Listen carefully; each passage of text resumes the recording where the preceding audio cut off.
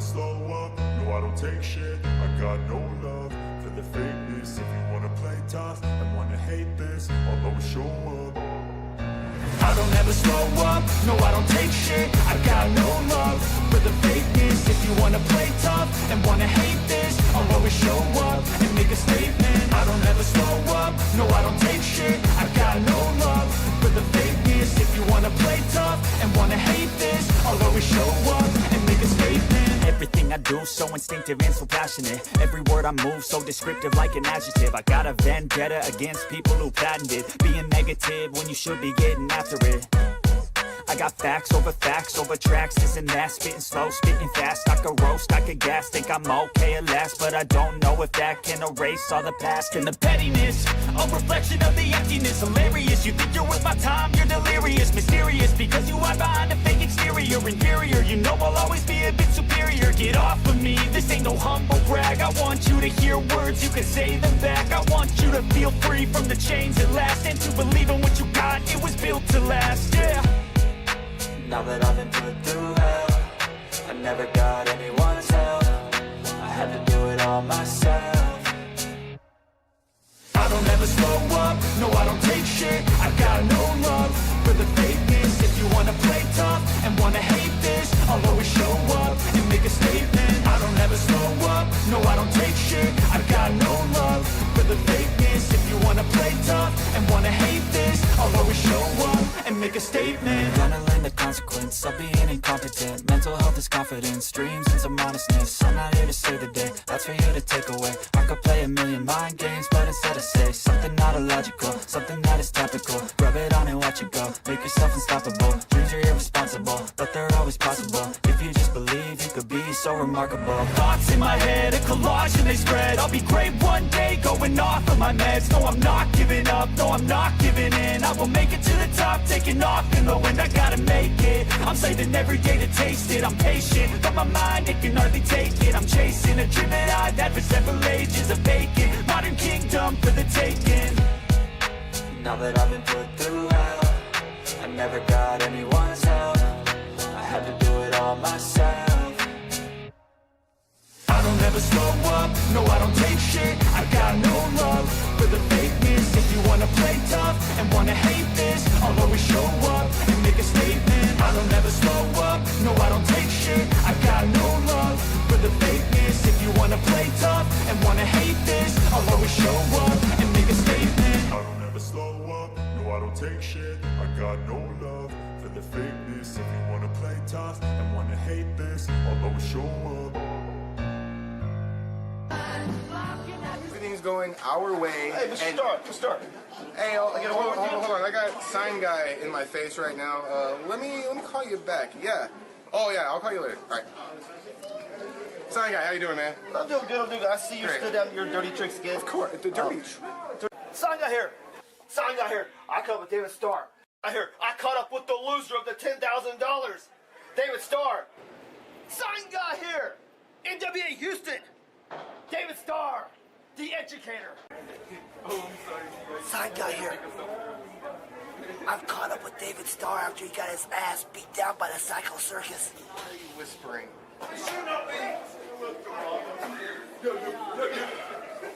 Okay, dog? You like people lost?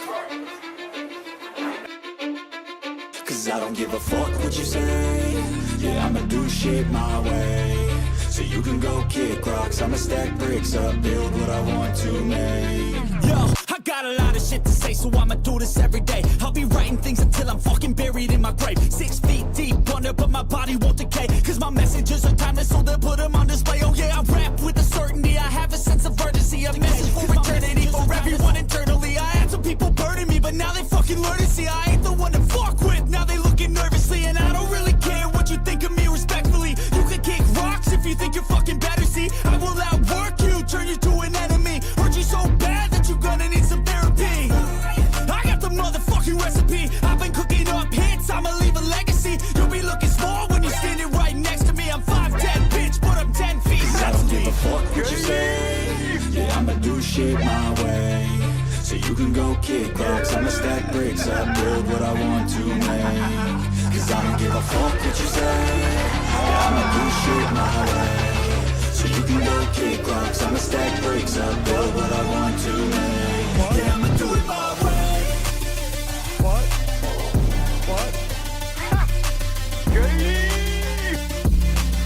Wait a minute. I'm white.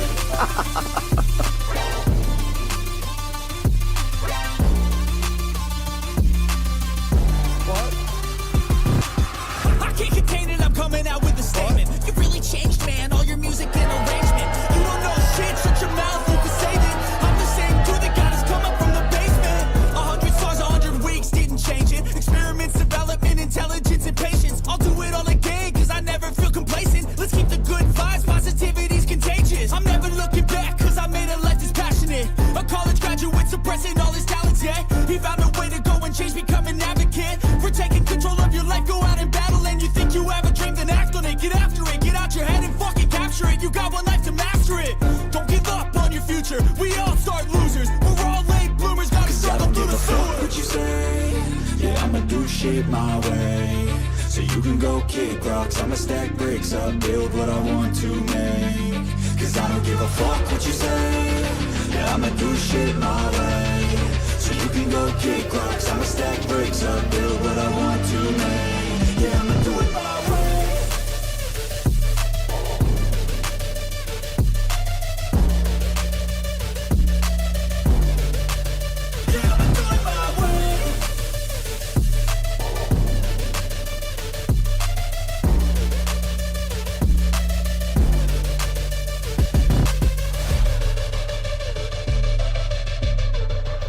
My name is the Hebrew phenom David Starr, and I'm a Jew, and you are not. Muzzle tough. Okay. Hey, I just want to say, everybody, I proved tonight that Mr. Big can go toe-to-toe with the heavyweights. I'm going to take this company over. That's what Outcast does. We are Outcasts, and all we do is win. Oh, yeah, and Jew! Jew! Okay, Jew! I know I saw Mark Henry. Where did he go? Yeah, there we go.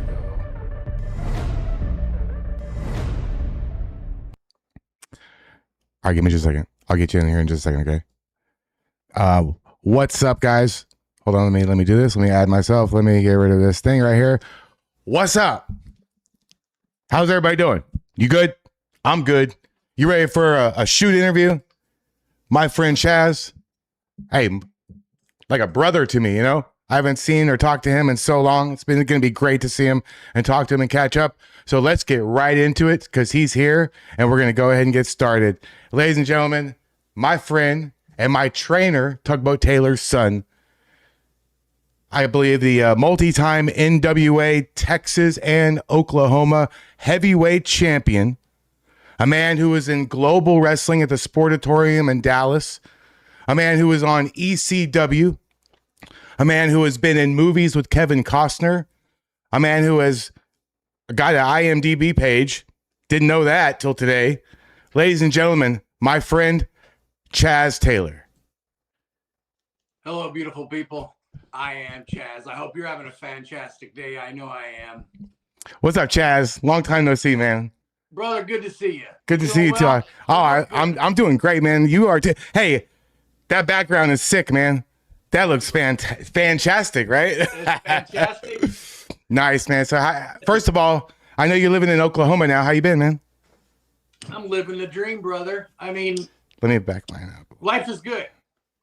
Yeah, it's going good. It's crazy, you know.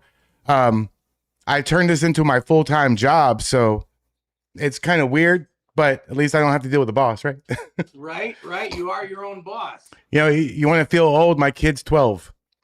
Man. And your kids are grown. Yeah, that's mine are crazy. That's crazy. Yeah. That's crazy. So I've been wanting to do shoot interviews, and I have a couple people lined up. I got Buff Bagwell and, of course, you know, Garrett Bischoff. Since I worked them, it's easy to get the guys you worked with, right? You just met.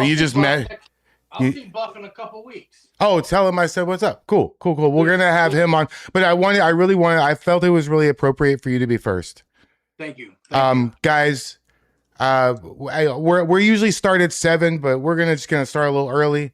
But we have a few people in here. We have looks like 15 right now, 17. But as people will trickle in, 7 o'clock is usually when people show up to the show. All right. Hello, everyone. I do this every week. We can't watch WWE and copyrighted stuff, but we watch like the best and worst, like the world famous flea market. Yeah. we watched actually you versus Scott Summers at the VFW. Okay. Yeah. So, okay. So you are the son of a wrestler. When did you, because a lot of times you don't follow your father's footsteps, when did you decide when you were a kid that this was something that you were going to pursue no matter what? I think it was chosen for me. I didn't choose it. I just, as a kid, something I don't really understand. Everybody's like, they dog on the earlier generation. Oh, I don't want to hang around my dad. I thought my parents were kind of cool. Oh, your dad is cool though.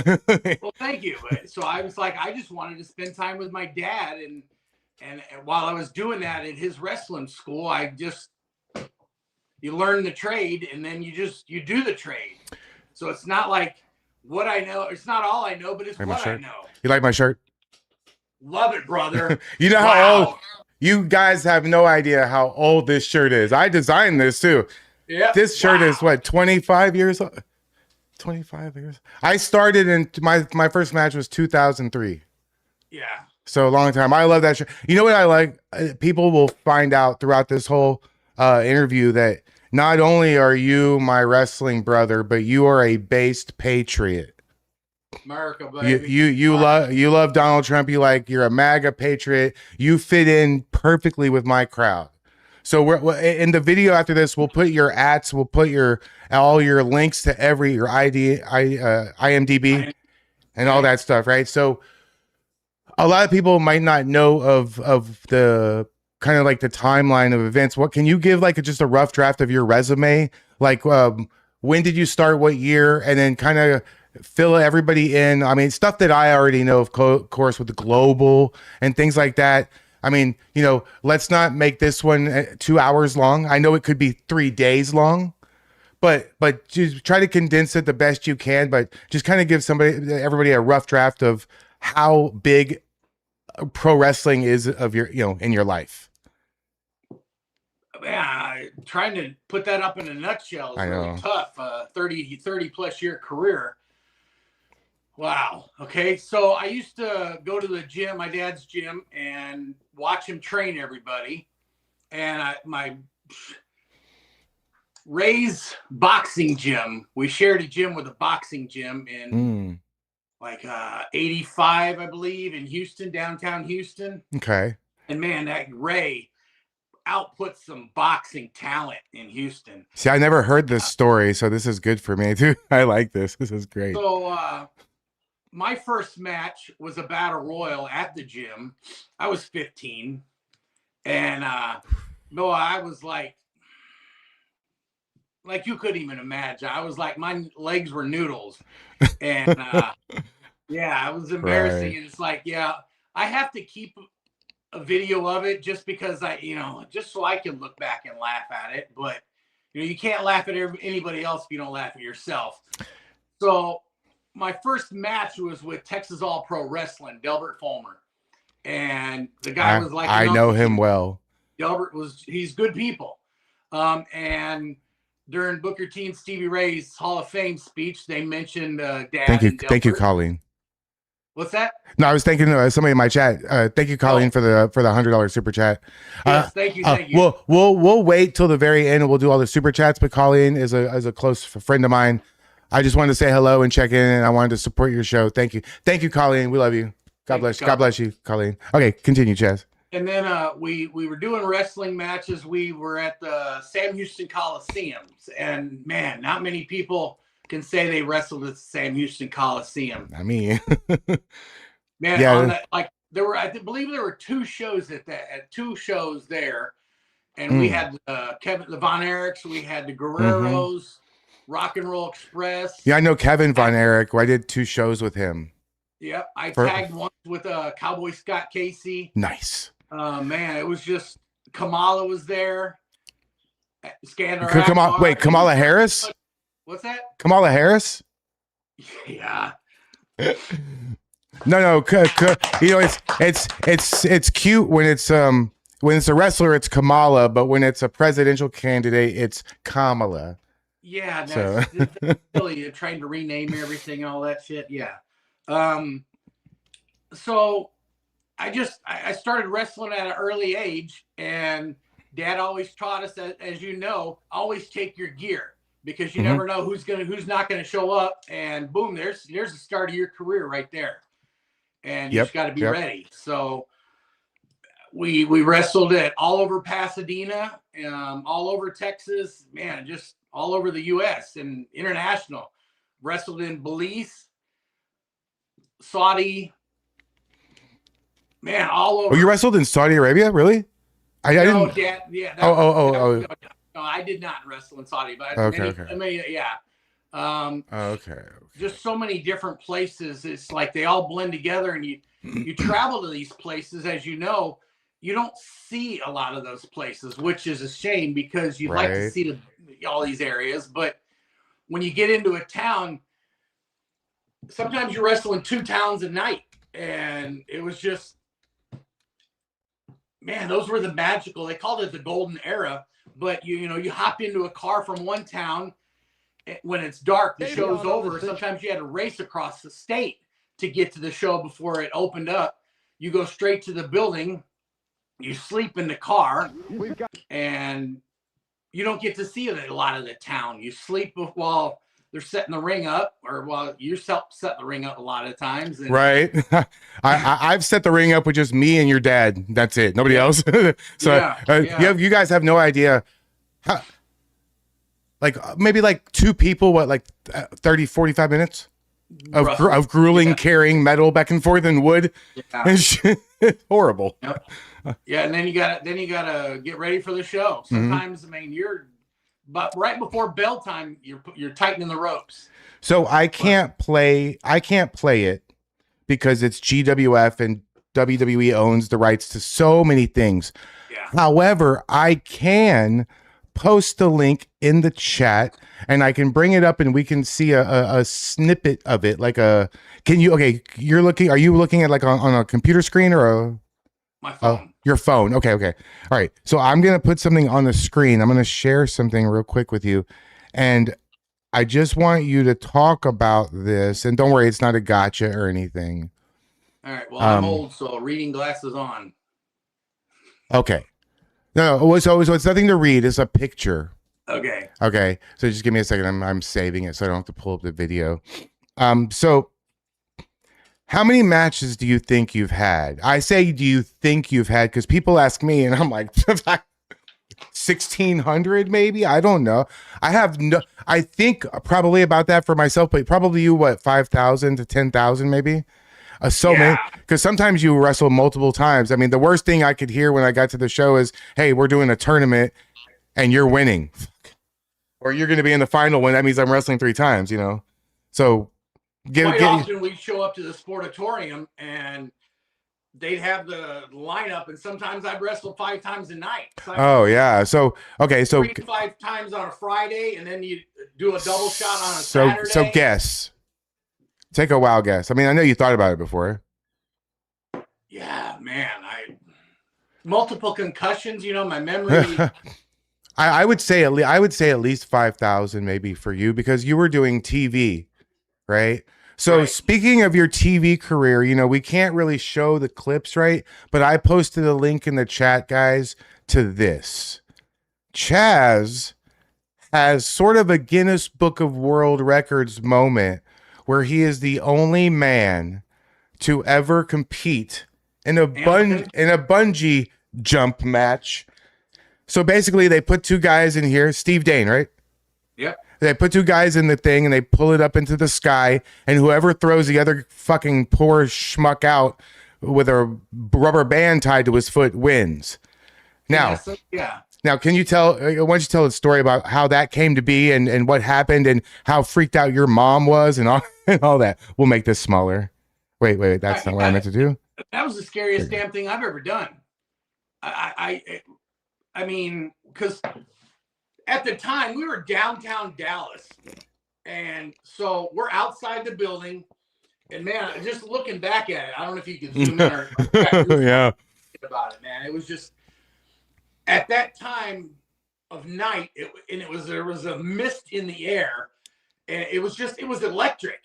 And Steve at the time, we were in the back, and I'm getting pumped up and ready, and Steve's like, "Hey Chaz, I hear this distance," and he's like, we can hold them out for more money if you want. I'm like, yeah, damn. yeah, right.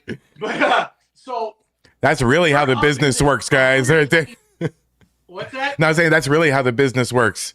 Yeah, and we're 190 feet up in the air, downtown Dallas, and you see the mist and stuff because it's a little misty and raining and stuff in the air, and it was just like it was surreal because it's like we didn't know if the rubber bands were gonna break or the bungee was gonna pop or what. So many emotions, man, and you could tell that sphincter was just tighter than man. Well, and then like the camera went out that was supposed to be inside the thing, right?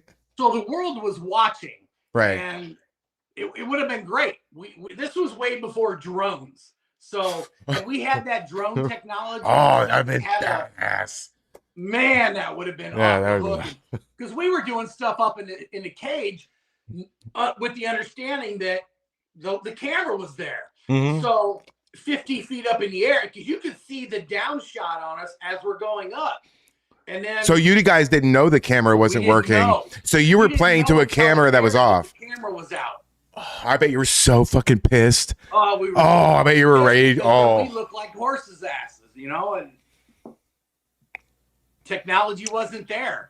No, you were. That match was ahead of its time by about 20, 30 years, maybe. Right. You need a whole production crew with a crane mounted thing and the whole nine and a safety net. Yeah. You might not show the safety net on the camera. You know how it works, but so we didn't know the camera was out, or we could have. I would have been outside the cage doing stuff. I mean, back then, men were men, and there were the scaffolding matches at the Rock and Roll Express, the Midnight Express. Yeah, I already know. Yep. Yeah, those guys were. And then it went right into like New Jack and Vic Grimes throwing each other like 50 feet in the air. So I mean, it didn't get any better after that. Insane. It just got worse. Now I'm like you. I don't really care for the flippity shit. I like the actual wrestling. There's a guy that we know, and his name is Jay Hanna. Okay, you know him. And he told me something one time. If you can't have a 5-minute match without talking to someone and without hurting them, you shouldn't be a worker. So you shouldn't be in the business. So I took that to absolute heart.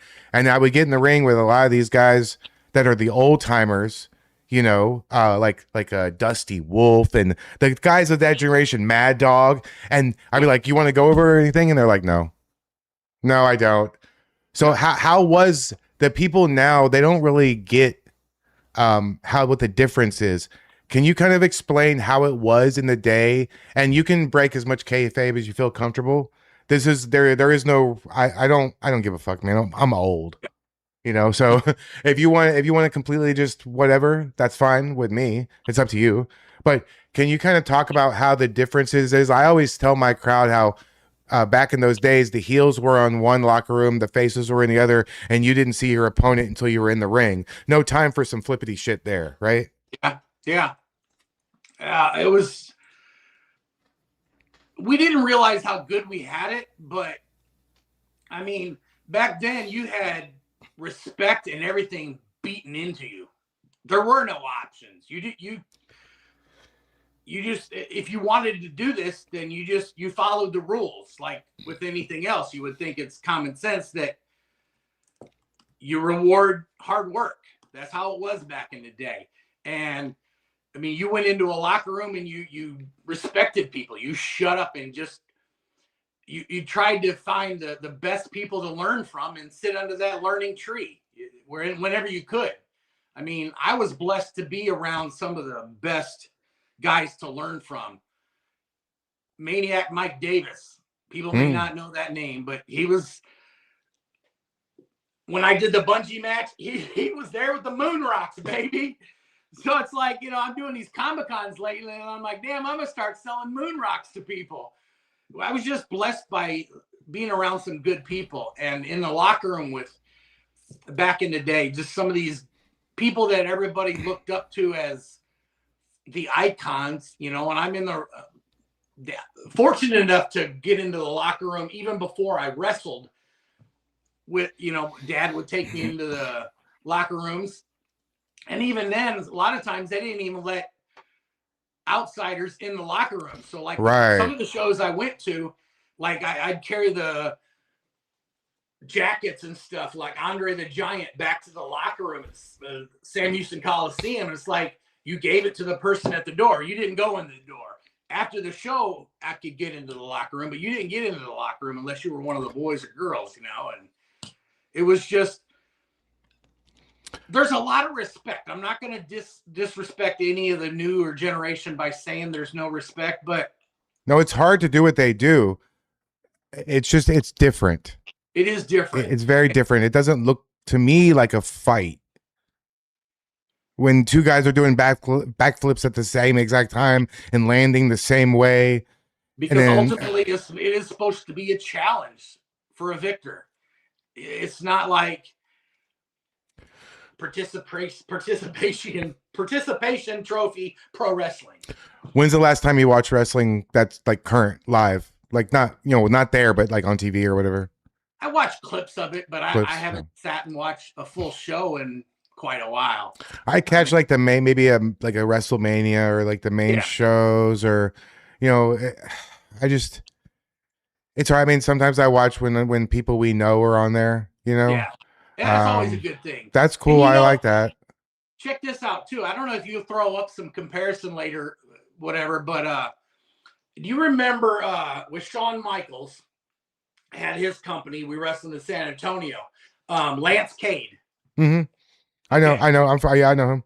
Great guy. And probably people forgot about him or whatever that weren't in the circle.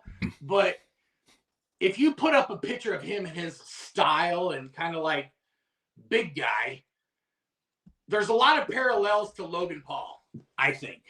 The hair and everything and his mannerisms. Well, yeah, they like to rewash those kinds of gimmicks. I mean, well, that's just, I mean, I see similarities between them, and I don't think that has to do with anything with gimmick or anything, because he was a cowboy. But yeah, well, that's true. That's true. Mannerisms that, I mean,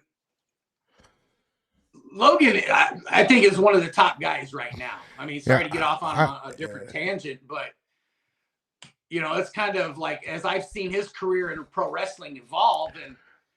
But if it was 1985, he wouldn't have been accepted because of the way he got into the business. He would have been shunned for the fast track. That's crazy though. Because he's not related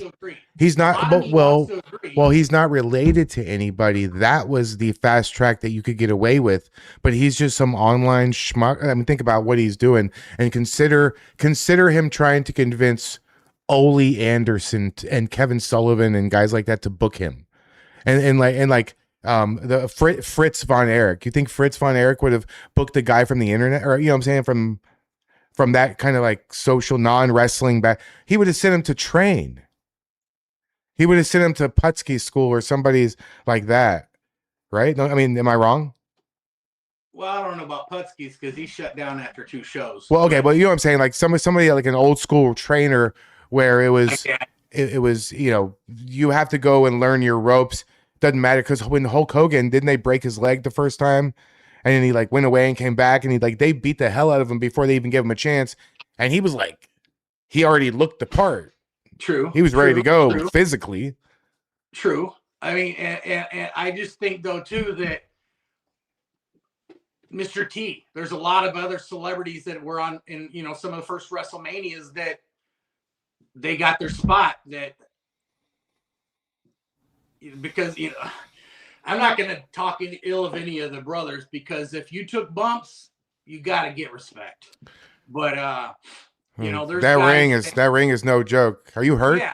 You have a lot of pains, even right? in the early 90s, there were guys that were getting pushes because they had a real WWF or had a little NFL career or whatever, and it was like some of them were kind of the shits. Yeah.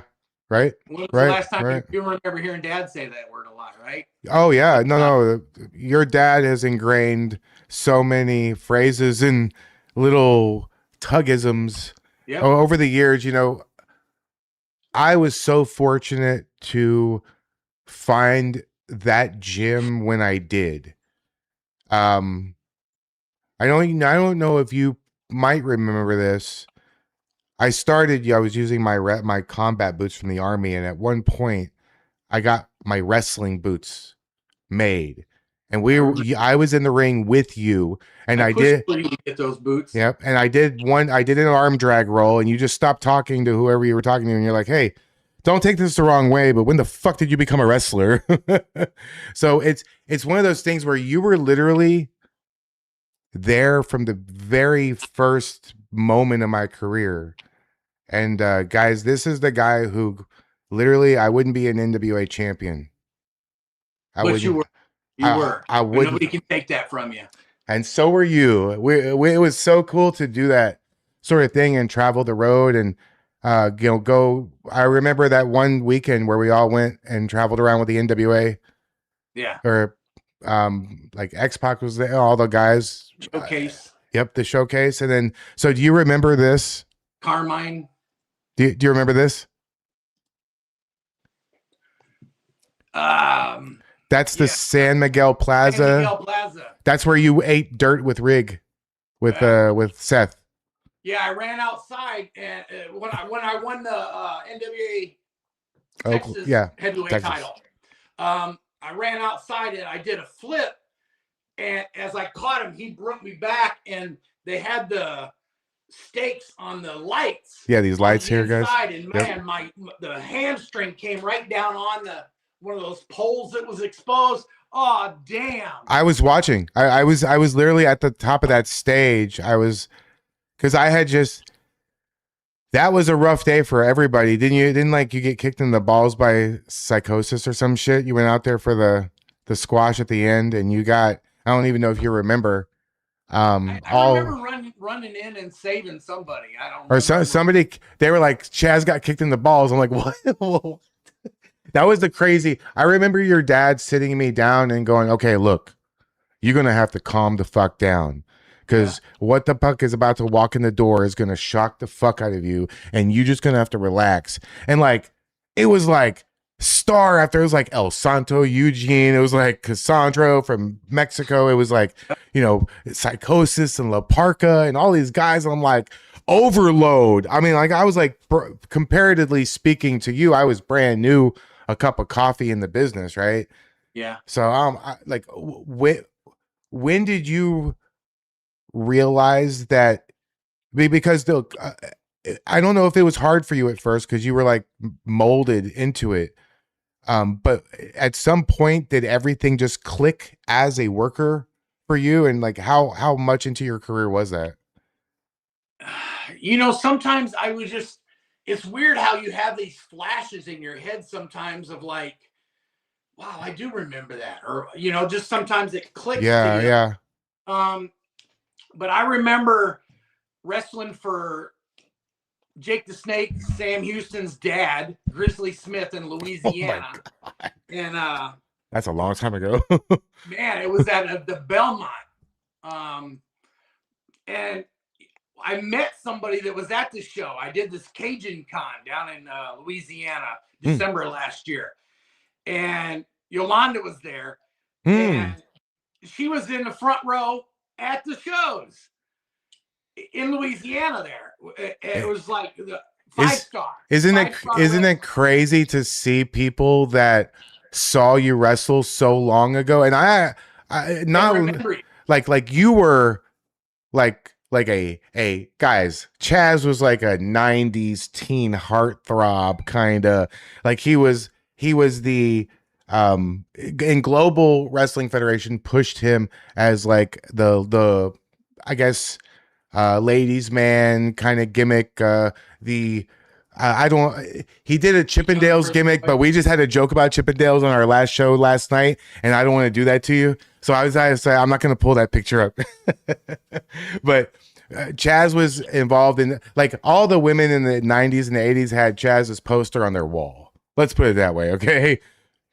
Is it weird to now look back and watch old videos of you, and you're like, damn, that's me. Look at that shit.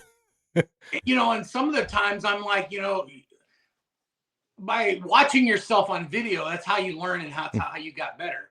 We had to study tape, like they do in all the other pro sports. And, you hopefully you're wise enough you want to improve. So you watch the video and you like, damn, I'm putting a little heft on there on the side. The love machine's starting to have a little love handle. Right. And, so then, the essence of a wrestler is in wrestling trunks. My brother Rick Lieb, he pushes that big time because pro wrestlers wear trunks. No, that's why I did all this extra clothing. We didn't wear t-shirts. I mean, if you're fat, you wore what you wore, but you wore stuff that complemented or accentuated or exposed or whatever, your attributes. And right. So it's like when I started to put on the love handles, I went to a singlet or tights and different things, Singlet boy right here. So I love the singlet. I wouldn't have to worry about anything popping out in front of the fans and stuff. Anything. Right. So it's, man, it was just, we didn't realize how good we had it back then. It was tough. Okay, I've now. Okay, so the people. Let me tell you guys that Chaz's father, Tugboat, our trainer, I guess our trainer. Yeah. He unfortunately he passed away a couple years. Yeah, how many? Like 2017, I believe. 2017. Okay, a long time now. Yeah. When I think about your dad every single day, I think about that building downtown at that rundown place we used to wrestle at, 1600 Ruiz Street. Yep. You can look that place up. It doesn't exist anymore. Yeah.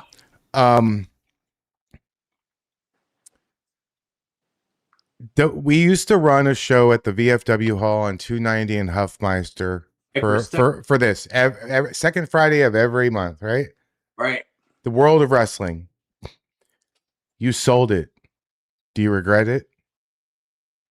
No, because it was just too much to do on my own and try to have Do you regret not becoming the tug of that building and running shows indefinitely there like your dad did and just continuing it on? I miss it all, but that's the evolution in life, I guess. That doesn't mean to say that what you're doing now wouldn't have still happened, because we're going to get into that too. Don't worry, we're going to get into that. We've only been doing this for not even 30 minutes yet, so. But my dad had me in the corner, and after he passed, it's like, well, my son went on he's a Marine now, so fighting for the country, and hell yeah. I didn't have me in my corner to help. Yeah. No. Okay, maybe I didn't need help, but it was, when you're used to running a family operation, and then all of a sudden you're that family trying to wear so many hats and be a dad and everything else. Right. Trying to do now. It was just too much. It's like either break or reinvent yourself. Right. Now you don't know this because I didn't tell you. Well, but somebody that frequents my stream that's trying to do a political thing himself, his name is Tony Brooklyn.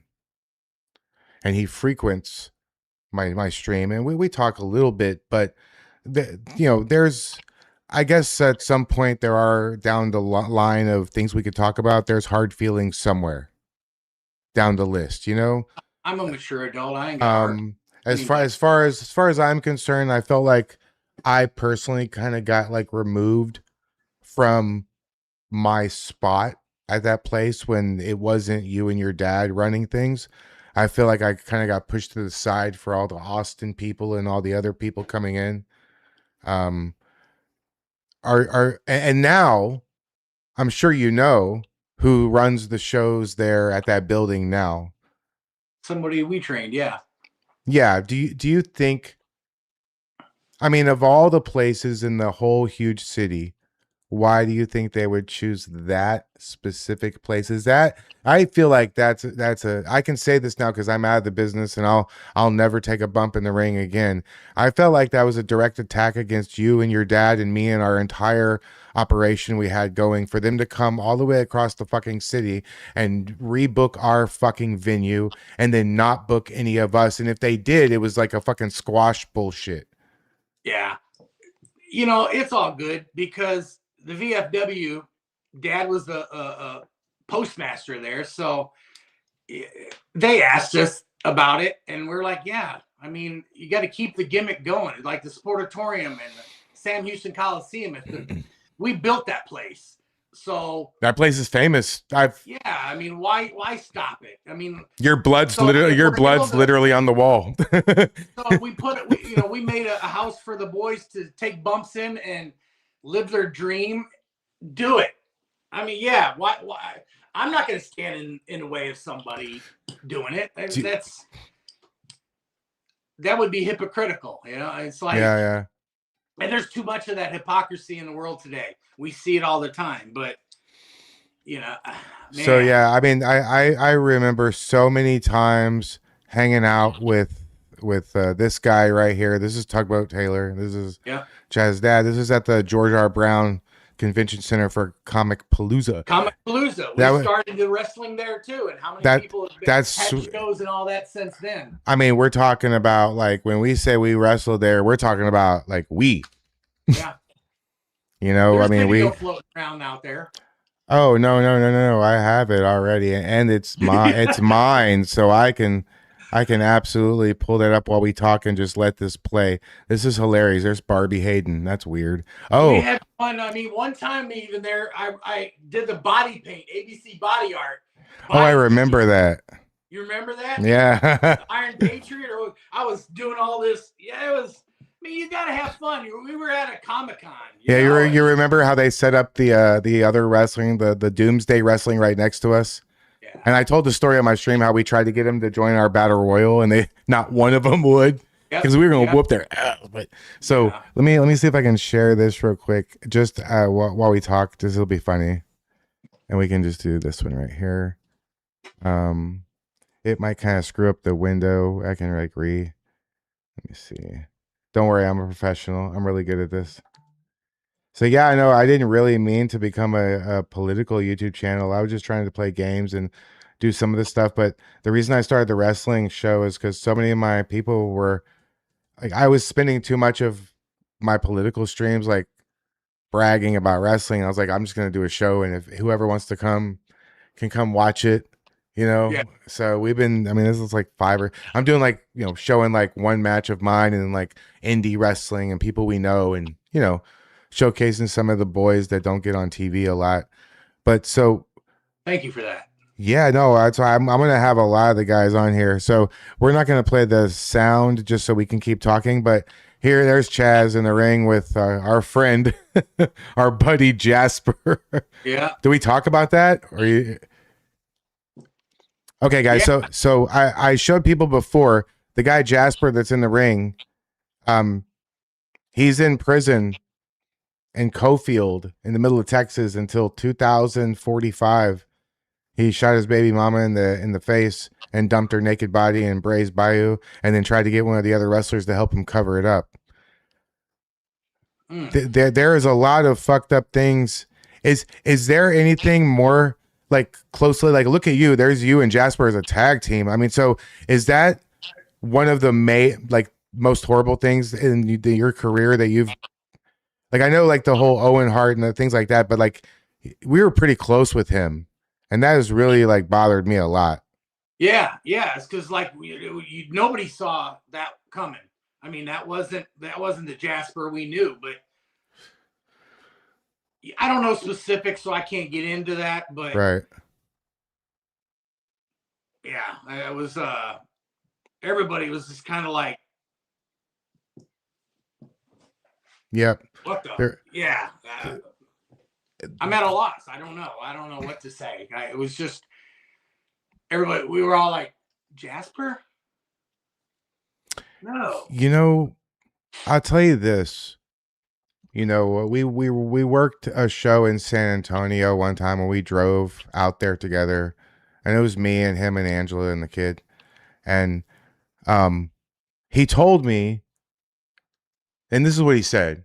You know, when I was in Iraq, I turned somebody into a fucking hamburger, and I just was like, and I was like, you are really, really too happy about. He was like bragging about it. Most guys have PTSD from it.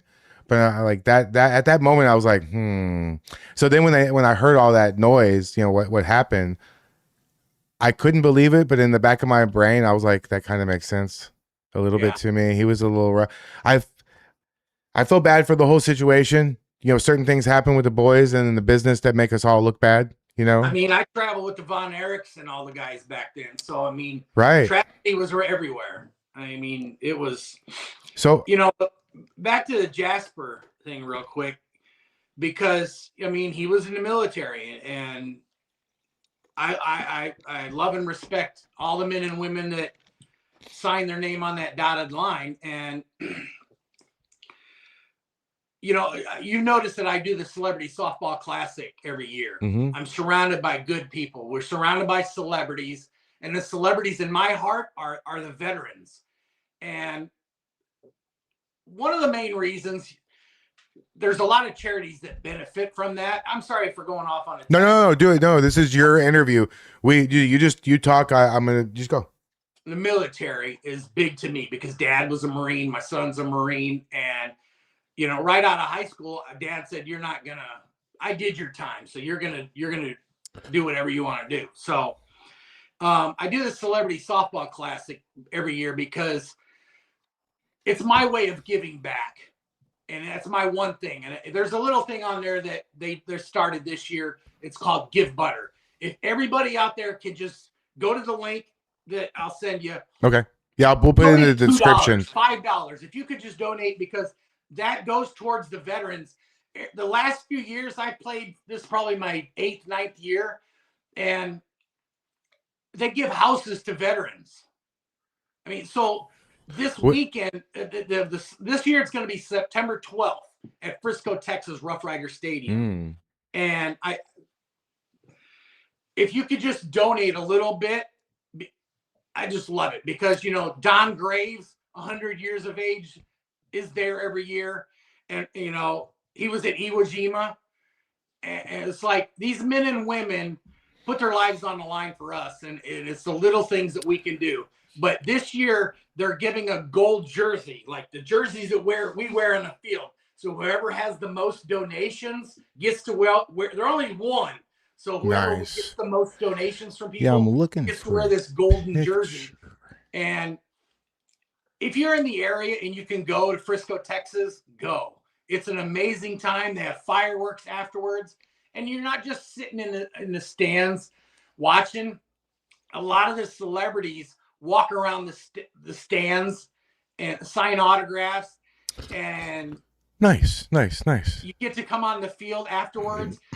I mean, Jim McMahon from the Chicago Bears is there every year. Mario Cannon, Ryan Weaver. You got Kofi Anderson, Terrell Owens, the Gronkowskis. It's just a great time, and that's my one thing a year that I'm like, I get behind. Because I see you at all kinds of baseball games, throwing out pitches. You went to the Astros, right? Well, I was there the year that they won the World Series. First base security back in the day, and nice. DJ King, how you doing, brother? What? Are you serious? The Astros. He's still there at the Astros. He's still there. No, shout out to DJ King. Holy cow. DJ King, baby. That's hilarious. I haven't said that name out loud in like 10 years, I think. Yeah. And so we do that every year at the Frisco Rough Rider Stadium. Nice. And my brother T-Ron Hicks, I got his back. He's got my back. And we just, you know, last year Sonny Ono was there with us. And I worked for him. When Well, I when, yeah, I worked got for him. That's that cool. last year at the Celebrity Softball Classic, and Nice. all of a sudden this little guy comes running around, and midget takes my bat from me. I'm like, you little shit. He ran down third base. There's a video out there of it. Nice. That's just funny. like, I'm trying to find a couple. He ran, and I'm like, oh man, I had a torn meniscus, but I'm like, I'm gonna catch this little guy. It was like his legs were going outside like this and stuff. I was like, that was surreal because I'm like, yeah, I'm trying it was to. almost like in the cartoons where you see their legs going before they do. Oh yeah. This guy running, I'm like, oh shit. So I That's just started funny. taking off running. I finally caught up, gave him a boot to the head. I always liked working with the midgets in the show because it just added something to it. I'm trying to find a couple pictures of that that softball thing. That's why I'm over here looking at the other screen. But no, you did. It looks like you do a lot of autograph signs and Comic Cons and stuff like that. Yep, and coming up July 18th and 19th, we're going to be in Waxahachie, Texas. But where Buff Bagwell will be there. Oh, nice. The All amazing right. talent is going to be there. Cowtown Comic Con is going to be off the hook. Sweet. It always is. The organizers behind this, it's a family. I might have to come to one of those at some point because I'm gonna start. We'll hope to see you in Waxahachie the 18th and 19th. I'm gonna try to start live streaming some stuff out in the world, so that might be something cool for me to come out to. That's not necessarily politically related, but wow, yeah. So how often is a celebrity? Is that like once a year or multiple times? Once a year, okay. Is there any sort of like live feed of that, or can people watch? Okay, so you'll provide me a bunch of links. Across the country, you can still watch. Okay. So you can, after we talk, we'll add a bunch of links, guys, to the description of the VOD after the fact, and so you can go to all these things. You can donate. You can watch the Celebrity Softball. You can do all this stuff. So, so after you, I guess for a lack of, usually wrestlers don't retire. I think you and I are actually the only two people I can think of that actually retired. Well, I'm actually still heavyweight champion at 3 bullshit indie companies. And that's a raw word for me. That's like the F word. What, indie? Yeah. That's one of the things where there's a lot of things that, I'm not better than anybody and nobody's better than me, but I was raised to have impact on stuff, and words meant things. And it's like, these weren't scissors. These were scissors. Right. This wasn't a flower. It's a bottle of Coke. But stuff has changed and renamed, and but they've glamorized as of late subpar things rather than, we worked hard back in the day. So, and I was never political until you started changing the names of everything and redoing everything. And then you're like, are these people for real? And then rather than promoting excellence, I mean, Mom, bro, you're going to get me off into a tangent. Fuck! Oh yeah, this is what I was waiting for right here. I've been waiting on it. So when did you realize that there was something? Because I know every time you post something, I see it. Look, I do this for a living. I got 600 fucking videos. We have thousands of. I have 30 people in here right now, but we have thousands of people who watch our shows. 30 people that follow me. Yeah. I need some help. No, we're gonna put all your links and everything, guys. We're gonna put all your links and everything like that, so they can reach out to you, they can follow you. So look, here's the thing: the left has a liberal mind virus, and they've convinced themselves that the more they believe something and they feel strongly, it becomes a fact. When did you realize, or was there an event that took place where you were like, okay, these people are out of their fucking minds? It started when I started realizing this shit was elementary school. Participation trophies. Oh, participate. Now those people have kids. All the participation trophy generation, they're the parents of these young kids. Yeah. And everybody has their life experiences and their reason for thinking the way they do. I get that. At some point, we have to take responsibility rather than like what the social media, the main outlets, a lot of them, they feed you their agenda rather than letting you be a mature person and figuring shit out for yourself. So check this out. From my standpoint, my point of view back in the day when they started introducing participation trophies, taking God and prayer and corporal punishment out of school, that was an agenda. And you see that agenda continuing now because it's a lot of these people that are, I'm not saying they're bad people. They don't pay attention. Well, some of them are bad people though. Like we have I have a whole group of people, right? We have multiple people, and I want to show you a few pictures, okay? There's a thing called the Portland Ice Facility, right? And everybody in the chat is like, oh shit, here we fucking go. Every single night in front of the Portland Ice Facility for the better part of a year, this has happened. Standoffs, like they have absolutely destroyed the building. Look now, that's the building now. It says Nazis and fuck ice and all this crap on it. And they literally, I can't believe I'm about to tell you this, but they literally have thrown, I don't know, maybe 500 dildos. That's right. I said you didn't hear me wrong. Dildos all over the damn place. Very mature, right? And yeah. Okay, I equate a lot of shit with pro wrestling. It's obvious. I posted the other day. I overheard a couple conversating, and they pointed out that life is like, they didn't say WWE, but right. It's like pro wrestling, right? Movies and pro wrestling. It's like you got your baby faces and you have your heels. So people in the insane asylum, they didn't know they were insane. Right. These are those people that are those viruses outside of these places protesting. Grow the fuck up and get a job. Their parents failed them. Right. I don't know what else to say. They're all. I mean, they dox each. I mean, my co-host Tommy. And they're supposed to be the good guy. They're claiming that they're the good people. I mean, my co-host Tommy, for these things, he knocked out a couple of Antifa people. They like doxed his house. They destroyed his car. They fucked his life up. He had to move. Yeah. They sprayed deer urine in his bedroom window while he was sleeping in the room. And why does that happen? Because certain people protect the criminals instead of the good people. No consequences, right? Right. So here, check this out too. A lot of this shit started back then, like I said, in elementary school, because I remember vividly. It's just like nobody wants to be that guy and like explain shit because people don't listen. They want to pick apart your stuff and like see, oh, I got you type stuff rather than the whole story. But you're watching on your phone, so I'll make this bigger.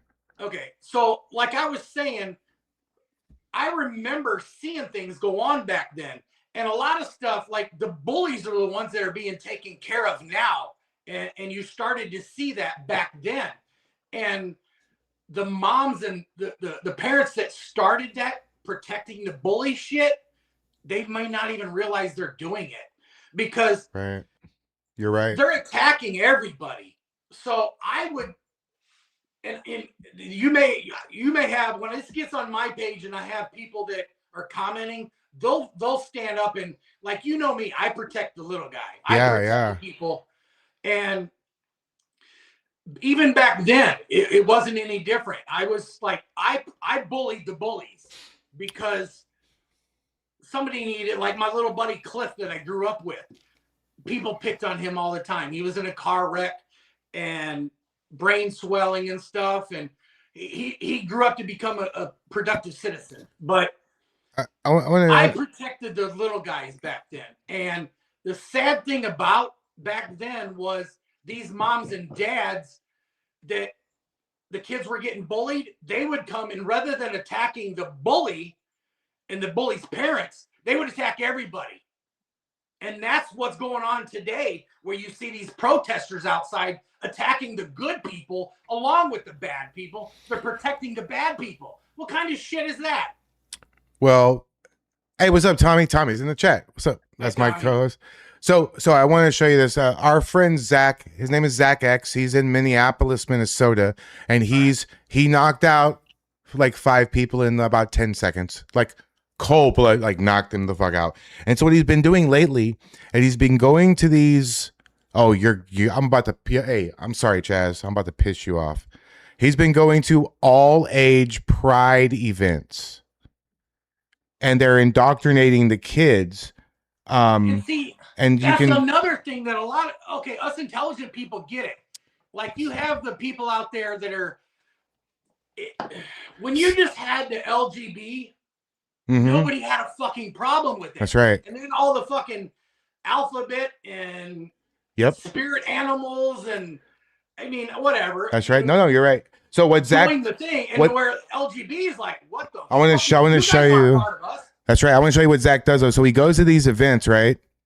Yeah. And what he does is, and he's running for city council too. He goes to these events and collects all these freebies that they hand out, stickers and all this crap. And then he goes home and makes a video like this. I'll play the sound. Kicked out of. A guy's got to wonder how much of this is taxpayer funded and what kind of discussions and trainings are going on in these kids' homes. You can see these objects are all really bright colors, sensory objects, really targeted for a young audience. And I can't help but think they are training them to be Democrats. They're training them to hate Donald Trump. So that's the kind of things that he does in that community, trying to like expose them. And he's met with all kinds of crazy resistance. You live in the reddest state, I believe, in the country. I think Trump won every single piece of Oklahoma. You guys don't have any of this stuff at all, do you? Like the trans stuff or the pride parades and all that kind of garbage? You don't have protesting of any kind, right? Well, I mean, we're adults. We have jobs. Shit. Yeah.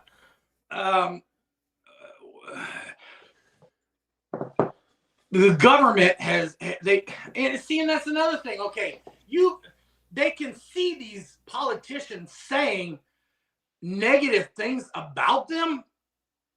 These people are so stupid. They can't do this. They can't do that. They can't, and they're believing that shit. I don't understand that. Why? As I told you that they have like a mind virus. They're broken. Dave, I don't understand. Like, we both have kids. Can you imagine trying to like explain gay sex to your 9 or 10 year? What the hell? I don't even want to say that to you, and we're like, you know, we're both like 29, guys. What do you think? Okay, so look, we can't have a civil war. That's not a good answer. We can't have a national divide and a national divorce and split into two.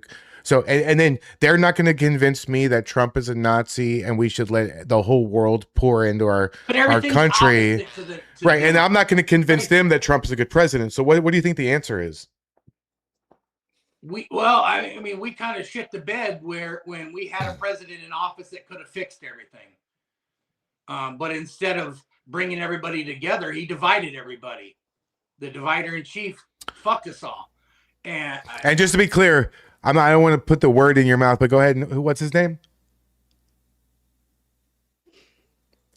Barack Hussein Obama. We all know that the racial division in this country started with Obama. Before that, nobody really gave a shit.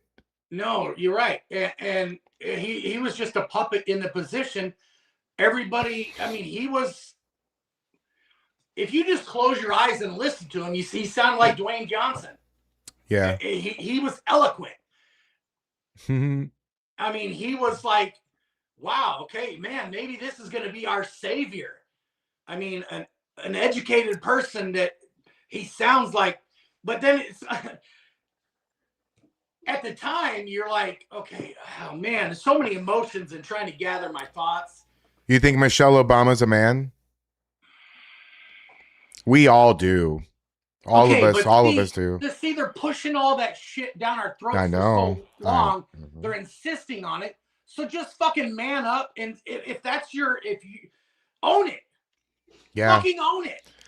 But see, fucking own it, because if you're behind this push of everything of what they were pushing for, just come out and say, to everybody that yes, that we're a loving couple. Our kids were adopted, whatever the fuck. Nobody really cares. It's just what the hell? Shoving this shit down our throat, and after a while, you're like, "Fuck, come on." Apparently now they're spreading in your ear with a bull. Lies. That's fucked up. You're like, grow the fuck up. It's y'all. You should watch some of the live feeds of the protest. I don't usually say. Oh no. You can say whatever you want. As well, some words are against YouTube, but you're not.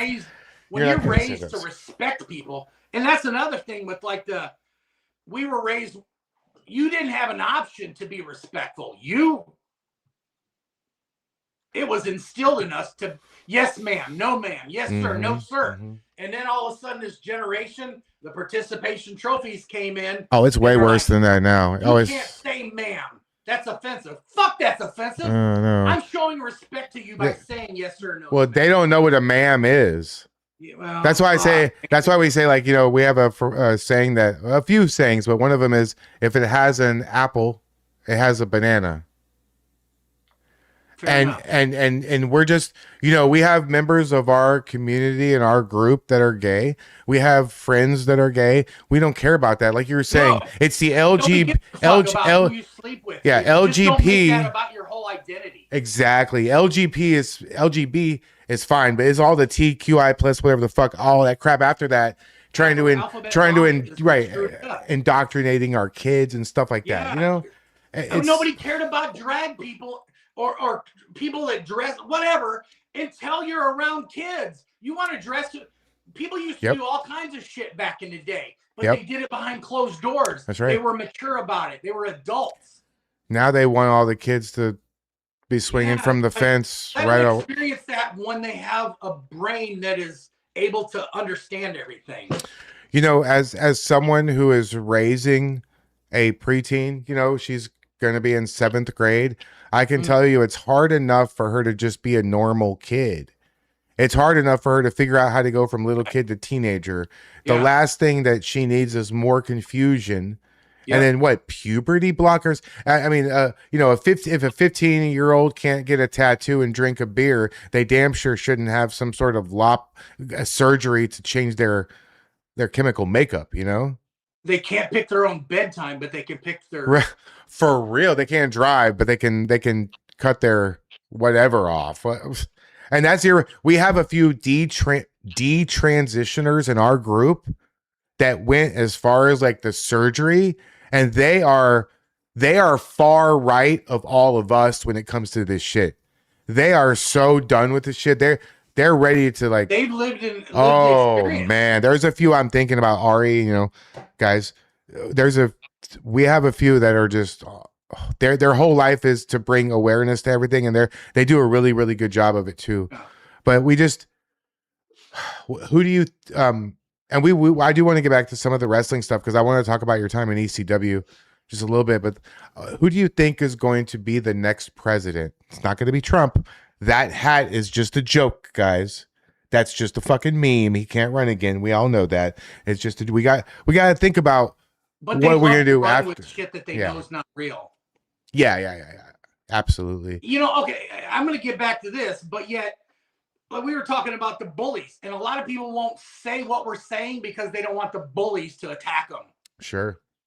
And these are the ones that are aiming their anger at the wrong fucking people. Aim it at the bad guys. You're protecting the bad guys.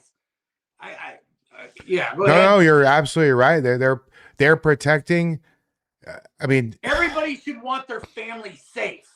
Everybody wants their doors locked, but they don't want other people to lock their doors.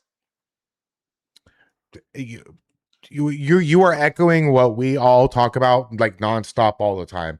I mean, honestly, like the idea that these people want us to have such a weird country. I mean, if you think about, if you just made a list of all like the top 10 things that the liberals are about, open borders, everybody's on drugs, everybody's gay, everybody's this, such a weird fucking place to live. I would never want to live in that country. So I don't know what's going to happen, but we have got to figure out what we're going to do. We have a few things. We have to figure out what we're going to do after Trump, how we're going to make sure that MAGA and the whole America First movement continues. And we also have to figure out how we're going to deal with the liberals laughing when Donald Trump passes away.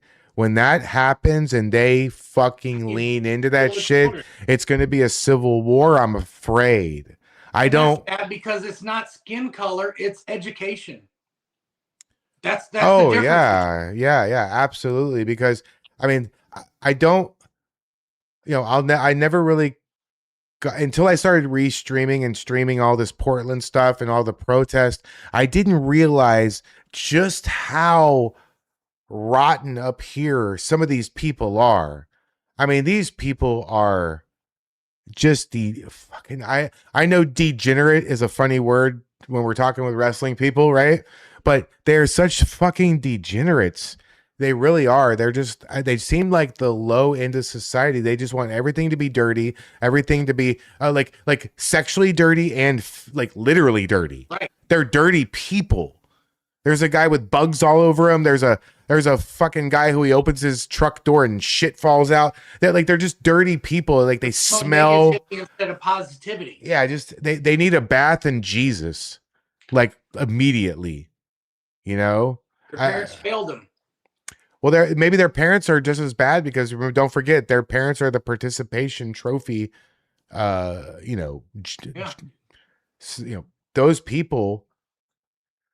Oh man, we're old, Chaz. We have to realize that the people that we were like, oh, growing up, these people those are the parents now.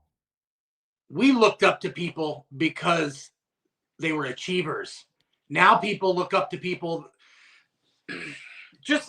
You see some of these people out there that want a president that is the same skin color. They want the president that's the same gender. That'd be like me saying, oh, before I die, I want to see a president with a mullet. Not because of their education, not because of what they can do to help this country, but because of some superficial retarded reason. Yeah. I don't get that. It's like up is down, down is up, left is right, right is, and then what they're doing is deflecting and they're throwing, like they're shitting on somebody, but then they're accusing somebody else of doing that shitting. It's like, oh yeah, they're gaslighting the fuck out of everybody. Yeah, no, we see this shit all the time. They will say that they were attacked. I mean, they completely destroyed, like my buddy Tommy that was in here. He's my co-host on the other videos, the interviews. Like they destroyed 2 cars. They destroyed like his apartment pretty much. That's a good thing. For some reason they see validity in that. They see like, man. And then he gets arrested for defending himself. So you have a guy that crazy fraud, and you have morons that are attacking the guy that uncovered all. Oh yeah, Nick Shirley. The ones that are doing it. Yeah, I don't know him, but Tommy does. He's part of this whole group. We have a huge group of people. A lot of them I don't know. I don't know Nick, but he is part of our kind of network of people. Yeah. Well, he's not watching me. He is.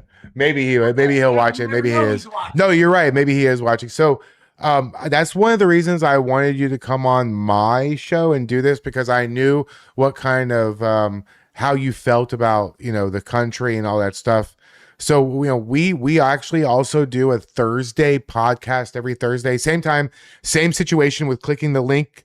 So if you ever are, I know you usually sleeping at this time, but if you're ever awake and you want to get into I don't go to bed this early. being a wrestler, I'm nocturnal and stuff. So Right, I'm up right. at night. I'm up at So- night. I sleep during the day. But no, now you have the link. It's the same link for all of our shows. So if you ever want to stop in on Thursdays and you see us live, even if you got 10 minutes and you want to come in and say hi to meet Tommy and meet the guys and meet that guy Zach that goes out there, we'd love to talk to. They're always interested in adding new patriots, and we're kind of. I mean, me and Tommy are business partners. We run shows together, and we're trying to develop, kind of like a network of patriots. Right. And I think it would be good to tap into what you're doing too. Did you see the Snicker commercial I did with the Patriot Barbie? No. It was No. last year at the Celebrity Softball. Oh, nice. You'll have to send me a link. I'll post it on X. Right. I'll post it on X. Do you use Twitter? Because that's what most of the people in the space use. Sometimes, but every time I load up a video, it just takes so long. So it's like a video did not load. So a lot of times I just Gotcha. You just do post pictures instead. but you do Facebook quite a bit, right? Yeah, because us intelligent people know who's watching from what platform, and right. I have a lot more interaction from Facebook and stuff. So I'm gonna. Well, that's the reason I was asking is because I'm gonna share the link right now, guys. If you're on Facebook and you want to help out with what Chaz was saying, we'll post the links. If you want to connect with him or be his friend or send, maybe ask him how he got his mullet to look so luxurious. Whatever you want to talk to Chaz about, there's his Facebook, guys. Reach out to him. And I'm on YouTube also. I'm on all the social media pages. I believe it's D Chaz Taylor. Cool. So the back to wrestling just a little bit, if you don't mind. Yeah, I gotta apologize. We're bouncing all over, and I don't know. Oh no, it's fine. It's fine. It's fine. That's what I wanted to do. I don't think we finished one story yet. That's funny. I think that our time was in the NWA was pretty cool. I enjoyed all that.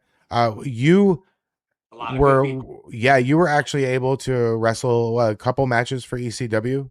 Yeah. What kind of, do you have anything stories about that or being back there? I was there at a good time too. I mean, it was traveled with some good people, and you see a lot of stuff in the back that I was there the night that Sandman got naked in the ring. It was yeah. I think I worked with oh shit, bro. I'm sorry, I'm drawing a blank right now, but that's those multiple concussions. Shit. The guy that looked like the little Kid Rock. Oh. I worked with him that night.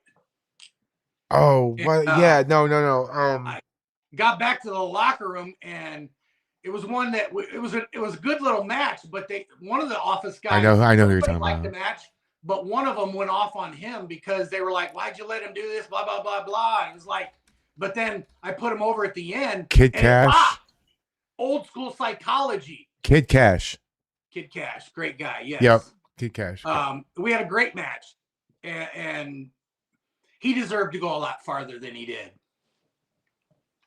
But, and I saw matches lately. He's still working. Oh wow. Yeah. That's crazy. But yeah, we had some good times. I mean, there was obviously there were their different cliques and stuff, and it was rough at times. I mean, luckily Tommy Dreamer was there running, helping everything, because I mean, everybody was there knows that Tommy was the glue to hold everything together, and I witnessed it. I mean, I witnessed a lot with Jack Vickery doesn't get enough credit for his role in a lot of that stuff of keeping the peace on different things, because at that time, like, when you have those bullies in the position of TV networks and stuff, and that's another topic that we'll talk about another day. All these bullies and the moms and dads of the bullies got into these HR positions at jobs and shit only to put their thumb down on people as good, hardworking Americans. They had the network people there saying, okay, well, we need to give this guy a push or this guy a push, rather than letting the fans decide. And so that was kind of tough because, you heard stories that People can look it up about who got pushes because the network said so and stuff, not because they were talented or whatever. But is it like WWE where you go for like a dark match and they evaluate you and then they never call you again? A lot of that's politics shit though too. Yeah. So what were you brought into ECW knowing that you were just gonna do a match or two, or were you kind of made to? Was it implied that you might be able to come back again and again and again? Yeah, and I was, but then they were bought out. Right. But, so how many matches did you have in ECW? I thought 2, but I wasn't sure. Oh, a lot. Oh, okay. But, you know, at times like when you traveled with us, and then Jared Steele, Canyon, and guys went on. Iron Eagle went on the road with us. There were a few times that they were like, "Yeah, just let us know when you're available," and so we, you know, I would get other guys from the gym tryouts at different places, and a lot of it just depended on my availability. But that was at the time when my kids were babies, and it's like I didn't want to travel a lot. So I want to ask you a question. I know you know the answer to it, you know, and I know because of your experience, you know, and a lot of and I think I have a good grasp on how hard it is. How hard is it to actually be in like a WWE traveling wrestling thing, living out of a suitcase, booking flight? I mean, you spend your entire life booking flights and cars and traveling along road. You leave from one building to go to the next, then to the next. Then you eat a lot of fast food, and people think that it's just some glamorous life and you're just a rock star. No, you're a rock star for 10 minutes. Right. Like that's 0.03% of the time. So you're out there in front of the people for 10 to 20 minutes of a 24-hour day. Yeah. By the way, guys, you know that I always talk about how hard I chop in the chest, you know, the Ric Flair. Guess who taught me how to chop? This guy right here. His chops sound like a shotgun going off. I wish you had a schmuck there you could show me, but I don't think that you would be sleeping on a couch if you chopped someone in that room with you. It's one of those that you know because you've done it. Giving proper chops is an art form. Yeah. Oh, it is. As pro wrestling is the most underrated art form there is, I believe. It is. So to give a knife edge chop, I believe anybody could be a bitch and give an overhand chop. Oh, sure. Yeah. That's the easy one. It's the other one. And that's one of those ones that separates a talented wrestler.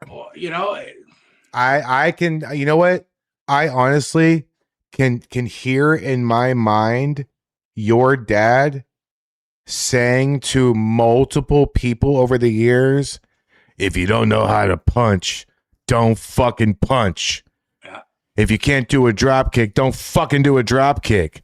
Yeah. You got to hide what you can't do and highlight the shit you can do. And that makes me think of something else. We were proud to be professional wrestlers back then. Oh, yeah. We were professional wrestlers. That's a status. Back in the day of like working your ass off to earn a living for yourself and your family, you earned things. It wasn't participation trophies. We were happy to be professionals. Once you get that status, why would you want to be anything lower than that, right? It makes sense. It does. That's one of the problems that I have of people glamorizing indie wrestling. Go support independent wrestling. But hey, I'm an indie wrestler. No, I understand. It's like very democratic. It's all very liberal of them. It's literally the liberal mindset. I think is right. I'm an indie wrestler. Would you not rather be a professional wrestler? A professional wrestler wears pro wrestling boots and gear. Am I wrong? You experienced that. You know, I did. I saw that look in your eye. Yeah, it changed my whole life getting those boots, to be honest with you. You turned from an indie wrestler to a professional wrestler. Like overnight. Like I was not booked on the show, and then I was booked on every show like immediately. And just like you were telling me, like my first match was at Whiskey Dick's. right? And then Beltway 8. That's right. Beltway 8 on Houston, and now it's a mattress store or some shit. Yeah. But so I remember you were saying like this. My second match was versus Leo, and I wasn't on the card, and I was just helping. Oh God, I was just right. I was just there helping. I haven't had many concussions, but I remember. Oh yeah, I remember that. Yeah.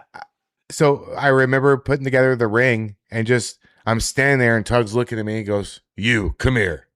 He goes, "I guess you're gonna get your wish. You got your stuff, right? All right, you're on the card." And I just was like, "What?" All right. I remember. Yes, that was the night that Mike got a Austin Rhodes pool cue broken over his head.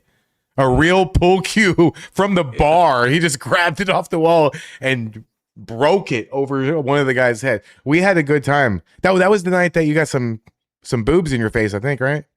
Was that Austin? Maybe you and Austin. Maybe I think somebody from the front row took their shirt off. Yeah. Or something. That was a long time ago. Yeah, that kind of happens a lot, though. Yeah. Oh yeah, that happened. Oh yeah. That's why when I was traveling doing stuff with ECW, I had a skateboard that said, "Show me your Chazits," because I was usually in between a couple boobs. Do you remember that? Yeah. I didn't until just now, but you remember that, don't I do. Yeah. Do you? I was like usually in between a couple boobs. Hey, do you remember this? Oh shit! Reading glasses on. There's Chaz in the suit. There's there's Tug right there. Yeah. Did you see the head snap back? We're gonna watch it again. Here we go. There's Tug walking by. He missed it too. Yeah. He looked away at the right. I think there was only one super kick in that building that was better than that. Q. Q. Who was it? When I super kicked Dad. Oh yeah. That was Death Dealers. Yeah. That was a. Yep. I remember that one. Yeah. And then I mean, like so many. I'll have to play it next week, guys. The final Jew versus you. But I've been playing all of them in order. It's just so cool to. Now my kid went to so many matches, and your kids probably don't really remember very much of it, huh? Going to shows and stuff, because mine doesn't. Yeah, they do. Yeah. Mine, maybe they're a little bit older, but mine was like a little baby. But right. Yeah. So ECW, Global Wrestling, and so I know, because I know you, that you spend a lot of time wrestling in Mexico. Was it AAA, right? Yeah. Or can we talk about that? And like, what's the difference? Because I try to play some Lucha Libre stuff on here, and I try to explain it the best I can, but you're probably in the ring with Io de Santo, La Parca, Blue Demon Jr., Conan. I tagged with Conan and Art Barr. Conan just lost both of his legs. Yeah. Sad. I knew him too from indie stuff, Yeah. Rey Mysterio Jr. and Conan and Art Barr helped me get the contract down there with WWE, with AAA, and it was like the WWE of Mexico. Mm-hmm. And it was different times, and I was surrounded by good people, and I was surrounded by bad people. And it's funny that a couple years ago at the CAC, if you're a wrestler out there, or if you just want to support wrestling, check out the link of Cauliflower Alley Convention. Every year we all get together once a year. Oh, I'm gonna have to come to the next one. When's the next one? Do we know what month it's in? Just let me know, and I'll try to fly out. WrestleMania. It's around the beginning. Okay. That's plenty of time. Okay. Yeah. So I want to come. So we'll talk. Support that. But 1 year we were there when Rey Mysterio Jr. and Conan were there, and I was in the back talking to them. And they apologized to me for being a dick. And, I left under whatever reasons. I had my own reasons at the time because, I didn't want to have sex with the guys in the office, whatever. But that's for another video. Oh, you're getting into the business. Here we go. And it's like, I vividly remember wearing gear. And, it all could have, some of the stuff could have been handled a little differently, professionally, whatever. And nothing against, I mean, we were all young back then. But there was no reason for Pat Patterson type of crap. You know what I'm saying? No, it's like, no, it's not. And I remember being we were at a photo shoot once, and Conan was Conan then. He was like, yeah. He was like The Rock now. And, right. And especially down there. I mean, he had albums out. He was one of the top guys in the ring. And I love him like a brother. Family has disagreements, whatever. But it was nice that he finally apologized. And it was like, I remember in my head now being in there during the photo shoot, and nobody has any problems with anybody being gay or who they sleep with or whatever. But it's just like, You're right. Don't push the shit on me. Right. I'm cool with you doing it, but you gotta be cool with me doing what I do too. Yeah. Mutual respect thing Yep. there. And I remember like some of the gear they made me with the snaps and the crotch and stuff that were too tight and uncomfortable. And I had singlets because I was in home ec in 8th grade. I made my own gear. So I knew how to make outfits. Yeah, you made some of my gear. Remember, you made some of my gear. For me. And I'm like, so I'm having this discussion saying, can they make it here? I said, nobody wants stuff up their ass. I mean, it's uncomfortable, especially when you're trying to focus on the match. And so, and then they had these big old hoop earrings you'll see from I had centerfolds out of the magazines. I was on the cover and the back cover of magazines down there.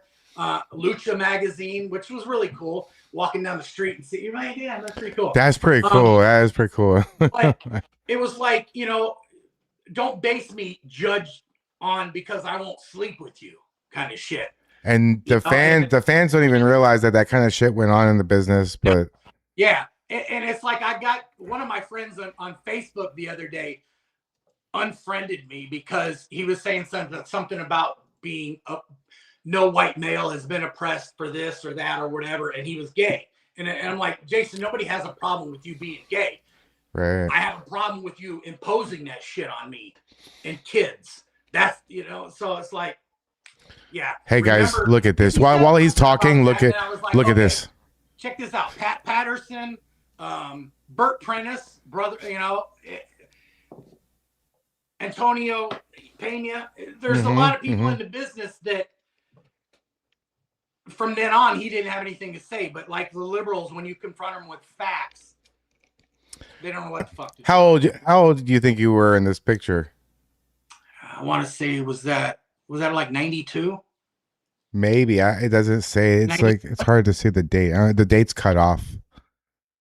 I think what is that, the GWF bill? I think if I'm not mistaken, that was September 12th of. You remember the September 12th of 91, I believe I won the belt from Sean. Okay. Cool. That's pretty cool. So yeah. 91, I won my first world title, and then not too long after that was the tag titles with Stephen Dane, the guy that I was in the bungee match with. And the bungee match, I believe, was that 92? Mm-hmm. Yeah, I think so. Yeah, 92. So guys, I'm gonna share a link. I can't play it obviously because it's copyrighted, right? But I'm gonna share. Wait. Let me re-share this here. Hold on. We'll just share this one so it pops the script back up. Okay, so I'm gonna share in the chat. Chaz versus the Lightning Kid from Global Wrestling, which is X-Pac. I know. I even put that on my YouTube channel before, and I shared your link. It's you, but you don't have the rights to your own shit. Welcome to wrestling. My own image. Right? Yeah. Welcome to wrestling. Right? I'll post things on that I've done in movies and stuff. Like they flew me to South India for the world premiere of The Great Escape. The people behind that, awesome. That's a good. Thank you for the segue. I really appreciate it. Thank you very much. So in addition to your career in pro wrestling, you also have amassed a pretty nice resume in the acting world. I know that you had, you have been, and a lot of people are going to be surprised to know this. And here's the picture of you in the movie Tin Cup with Kevin Costner and Cheech Marin, and that's you over there as the caddy. Yep. So. Oh, oh, really? Yeah. Oh, cool. So, what can you tell us about that? How was that? That was pretty awesome. Well, it was pretty funny when somebody in the gallery told Kevin, like, we introduced ourselves, you talk, but you don't want to put yourself over. Uh-huh. I mean, so somebody was telling him that who me and my dad were, because Dad was there with me, and so if you can see in one of the when we tee off, you'll see Dad there, but he was in a couple other things, and so somebody told Kevin and Cheech that we wrestled professionally. So Kevin suggested, like, oh, cool. So like if we had this crazy fan run out of the stands or run out of the gallery, you'll clothesline them. And I'm like, sign me up. Yeah, hell yeah, I will, Mr. Costner. You're damn right. Are you serious? He will. He will already, brother. I got you. I got you. He will come off the ground, sir. Thank you very much. Hell yeah. Did you But we ended up not doing that. Oh yeah. Well, that'd be cool. That would have been. Wow. That would be more for Happy Gilmore kind of thing, maybe, right? Okay, but check this out. I can't give too much away, but it's like, okay, you don't want to talk too good about things because you don't want to jinx them or whatever. Oh, I already know that. But I have the plane ticket already. I got cast as a pro golfer in a movie. Nice. Beautiful. Yes. So everybody, don't dox anything. Don't dox. Please be on the lookout for it, because That's I believe awesome. this is going to be like, if not the next cult classic. I'm impressed with the director and his crew. I'm going to pull this up too. That are on there. It's just a bunch of good people. Oh. And I associate, just like with the Comic-Cons, I associate with good people, good family-based people. And if you see me there with people more than once, you can assume they're good people. And so, yeah, I'm playing a pro golfer in a movie. Nice. So, nice. That's awesome. So just to let people know that we're not just talking shit out of our ass, here's Chaz's IMDb pro page. You can see he was a part of The Great Escape. The Suplex Duplex is with a couple friends of ours. Actually, what? It was on Adult Swim. Is it on Adult Swim? So they won awards at South by Southwest also. That's pretty awesome. Actually, that's funny. I've wrestled I've actually wrestled everybody in that show except for the black guy. Because Mike Dell was my partner and I had a match with Lance, and then there's you. Which black guy? Me or the one next to me? No, the one on the couch in the little. You didn't catch it. Oh, Lance. I was saying, which one, him or me? Oh yeah, no. That he's just an actor though, right? Yeah, he's an actor. Yeah.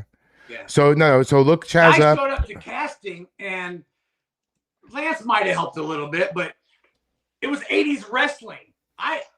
You are 80s wrestling. With American mullet. I mean, you are. Look at you. You look like 1987.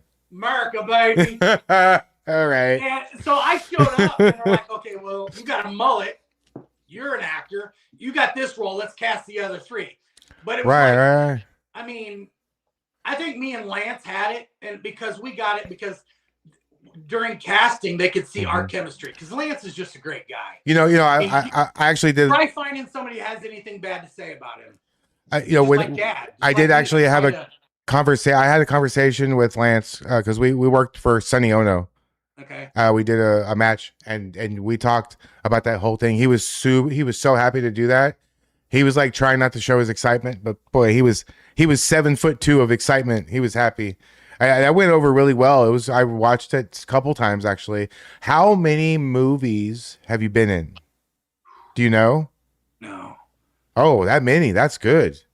I'm glad you don't know. That's a lot. IMDb, but I think there's like what does it say? The movies and the TV show, like over 30. I don't know.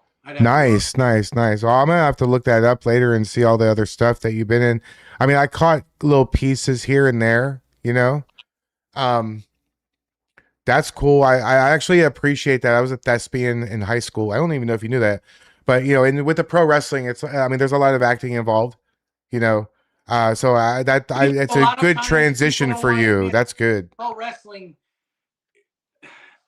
it's the only pro wrestling is the only one that admits that it's sports entertainment. Well, it's a live action role play. Yeah, right. I always tell people, what's more real, an X-Men movie with a green screen or a live pro wrestling match where the guy gets cracked in the face? Yeah. And because there's hard ways. You've seen me break my fucking nose how many times? I don't know, like 5. Yeah. I've seen you, like you said, like almost like skewer your fucking arm. I've seen you, all of us like go. I had a tricep on both sides. Oh, I remember that. Oh, I remember his bicep guys rolled up his fucking arm. Oh, it was so gross. They say normally it rolls up 6 to 8 I forgot about whatever. that. Mine went up 14. Oh, I forgot about that until just now. Dr. Walter Lowe with the Texans and he did my knees and my bicep. That's crazy. I remember that. Yeah. So I mean, we've all had places like I broke fingers and all kinds of dumb shit. A couple ribs. I broke ribs before I even had a match in the training. And I try to tell people like how much training we actually did. People don't understand that, that your match is 10 minutes, 15 minutes. If you're in the main event, maybe 20, but training's 4 fucking hours. Right. I mean, I was dead after training, man. Dead. That's another thing, another reason, like what you just explained, is everybody has their reasons of liking who they like in pro wrestling, movies, whatever. But that's one of the reasons, because we were raised to work hard and have work ethic. That's one of the reasons I really like Logan Paul, because concussions. No, I don't even know him apart either. You can't take yourself too seriously. Jake's the one that fought Mike Tyson. Logan Paul, to me, is one of the hottest commodities going right now, because he's popular. Yep, he's popular. He owns it. And he's not just, some people claim that he's a YouTube celebrity, whatever, but he's out there. He's a WWE world champion. And he's not just a celebrity like Mr. T, nothing against T, bless your brother, that does the shows, whatever. He's still fucking doing it. He's actually adapting. He doesn't need to do it. Yeah. He still does it. Well, he is one of those guys, sort of like a Kurt Angle, where they just took to it like immediately, where they were just like good training. But yeah, I mean, we know some people like that. We know people like that. No matter who the trainer is, they're going to be good. Yeah, no, we have people like that, like Q. Yeah, I know you're thinking about. He was just gifted. Fast Eddie. This dude, we know a guy that wrestled a long time ago. He's a lawyer. He's a lawyer now. Completely legally blind, can jump to the top rope, do a backflip, and land on like a foot in like a swan. Yeah. It's stupid athletic. It's ridiculous. But he can't drive himself to the show because he can't. Insane. He's a lawyer. He's a lawyer now. Yeah. He's a full blown lawyer now. I mean, we've, I really do miss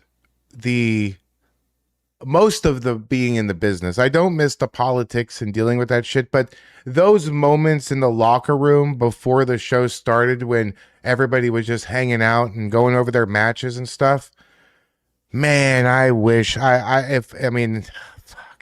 if that place was still open to us and everybody was still around and all together, man, I'd still be working right now. I would have never stopped.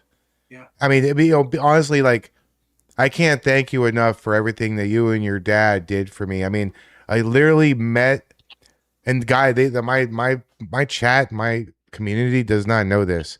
I literally met the mother of my kid in your dad's ring at training, because she's a wrestler too, guys. And so, I mean, and unfortunately, Tug never got a chance to meet my kid, but it was born out of a love for the business and just everything I have in my life. I mean, fuck, dude, I lean into this shit. Oh man, if I ever go out and get into an altercation with someone, boy, I better suplex the fuck out of them after all the shit I've stalked, But I mean, Chops and snap suplexes, baby. Oh yeah, Chaz, a snap suplex will take you out of your shoes. I literally have been suplexed out of my fucking shoes before, literally by this guy. I had somebody post that about a month ago, and Oh yeah, yeah. Nice. We usually go about like 90 minutes to 2 hours or so. How you doing? You good? I'm great, bro. So is there anything about your career that you don't think I know, that something that you want to tell me or tell the audience, or like, I don't know, what do you consider your crowning achievement in the business? Is it the NWA stuff? Or the global stuff with your dad being like that first how many people father? say they've been in the ring on international television with their dad doing what they love. That's so, yeah. You guys have to look up global. I can't share it, but Global Wrestling Federation, Tug and Chaz Taylor. There was a thing where they did a whole huge storyline where it came out that Chaz was the son of Tugboat, and there was a few other people that claimed to be the dad. You have to go watch it. It's so good. It was like when your grandma used to watch wrestling, you used to sit on the floor in front of her chair. And that's what we're talking about here. It was such I wrestled under the single name Chaz. Chaz. Back then, because I was a baby face, as you showed the pictures. I was a baby face. Dad was a heel. He was a brawler. Yep. I was the high flyer. So. Oh, let me see if I can get a picture of that. Associate us together, obviously. I mean, right. I'm 20 years old. Dad's his age. So I wanted the one name like Chaz, rather, like Cher, Sting, Madonna, Hulk. I wanted that one name, and they ran with it. But they put the Teen Heartthrob Chaz, the Gangster of Love Chaz, the Love Machine Chaz, whatever. But at that time, I was just Chaz, not Chaz Taylor, because people are smart enough to put the two and two together. Oh, shit, couldn't get away with that nowadays, could you? Because Democrats or liberals would fuck that all up. I would imagine that there's a lot of things at our show. Like, think about my gimmick. I don't even think I could have done that now. Maybe. Isn't that sad? All kinds of craziness. I mean, there's you and Tugboat there. That's so cool. I mean, I unfortunately, my dad wasn't physically ever able to come even watch a show. My mom came to one, but I mean, your parents literally watched you become a star. How do you think? I mean, I love your mom. Tell her I said hi next time you talk to her. I hope she's okay. Yeah, but she came to visit me last weekend. Oh, nice. She I don't know how she put up with y'all. Yeah. Well, what a strong lady your mom must be. So did you have I had a hard time growing up with my mom, baby, and me when I was trying to be like a grown up. Did you find your mom was trying to I know she was at the bungee match, not happy at all, but she was flipping out, right? Yeah. Yeah. It's like every time you leave the house, you're like, okay, here comes the love you, be safe. The auto kind of, and that's what you do as a parent. Love you, be safe. You have your phone, yeah, right. You have your phone, your keys. Are you okay? Your wallet, yeah. But I was blessed. But back then, we got off again. But we did a gimmick where I don't want to spoil it, but yet when Dad came down to save me from the Davis brothers and X-Pac, that next week he was number 10 most popular in Pro Wrestling Illustrated. That was pretty cool. That's dope. We at the time, nice. When at Global's peak, it was the number 2 company. Some people may not want to admit it, but it was like along the lines of what you said earlier is the wrestlers, the professional wrestlers will get it. It was at that time of the peak was the difference between flippity floppity shit and wrestling. And if you don't know the business, you don't know that's a matter of 2 seconds. Selling, registering, overselling, a matter of seconds.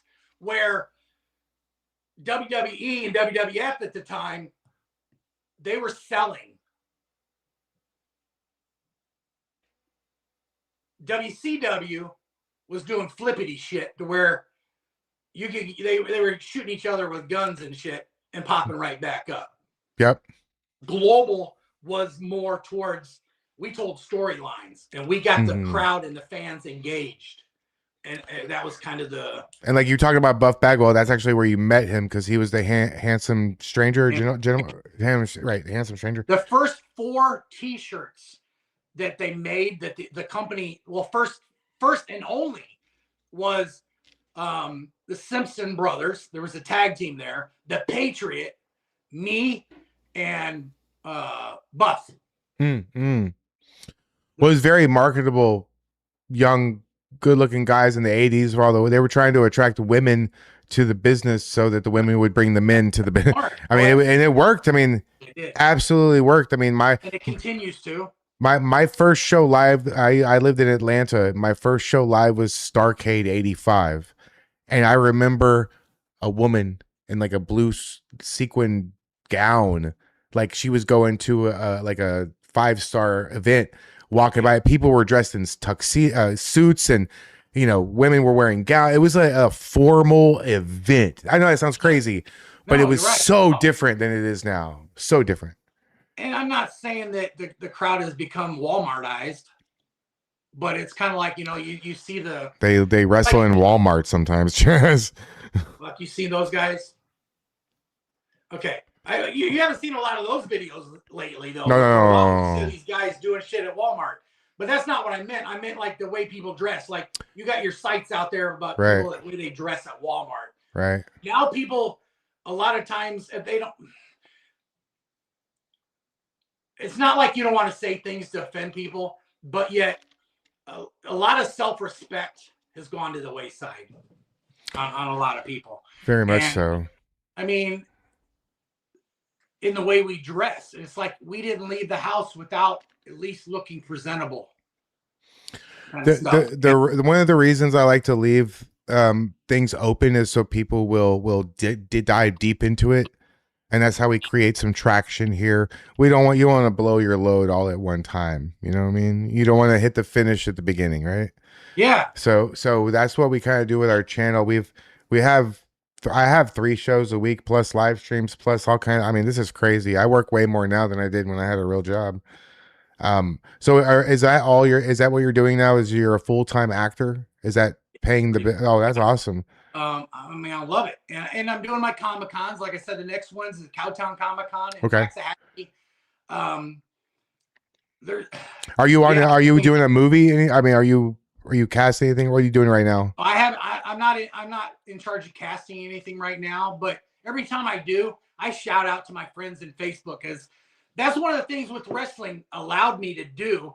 You witnessing it is, I'm living my dream while helping others live their dream. So if at any time I have the opportunity to spread that, like, hey, who wants to do this? Who wants to do that? I share it on my page. That's cool. Yeah, that's cool. Not just on one media page. I share it on all of them. That's cool. You know? Well, I'll have to pay attention to that, because of anything ever pops up that I think might suit me. I mean, it's just a plane trip away. So that would be pretty dope. Do you have any projects you're working on right now as far as movies go? Well, I'm going to Maui next month. Okay. Oh, for the is that when that starts? Okay, cool. Oh, whoa, Maui. Oh shit. Hey, you gotta look up Kevin. Don't they live there still? No, they live here now. Oh, they live. Okay. Move back. Yeah. Okay. So yeah, no, that's shit. You're not gonna want to leave. Yeah. I'm like, I get to play golf in Maui. Did they give you a time frame for you being on location? Yeah. Nice. Is it more than 3 days? Yeah. Fuck yeah. There you go. Because 3 days is like your standard vacation, but then after that, you're like settling in. Yeah. That's dope. That's awesome. I mean, and I've done my research on the guys, the cast, and the director, and just good people doing amazing things. And I'm like, that's why I want to be part of it. Yeah, that's cool, man. That's awesome. But no, I mean, I really see good things coming out of this camp. That's cool, man. I'm really happy for you. I know that at first when I'll be honest with you. At first when I saw you were getting into acting, I was like, oh, well, fucking here we fucking go. And then you got all these roles, and I'm like, well, wait a minute. And then another role, and I'm like, oh shit. Okay, now I'm chewing on my own foot. Yeah. You know, I'm like, oh shit. So So you really have done it. I mean, do you ever sit back and realize that, holy shit, you're actually a fucking professional actor? That's crazy.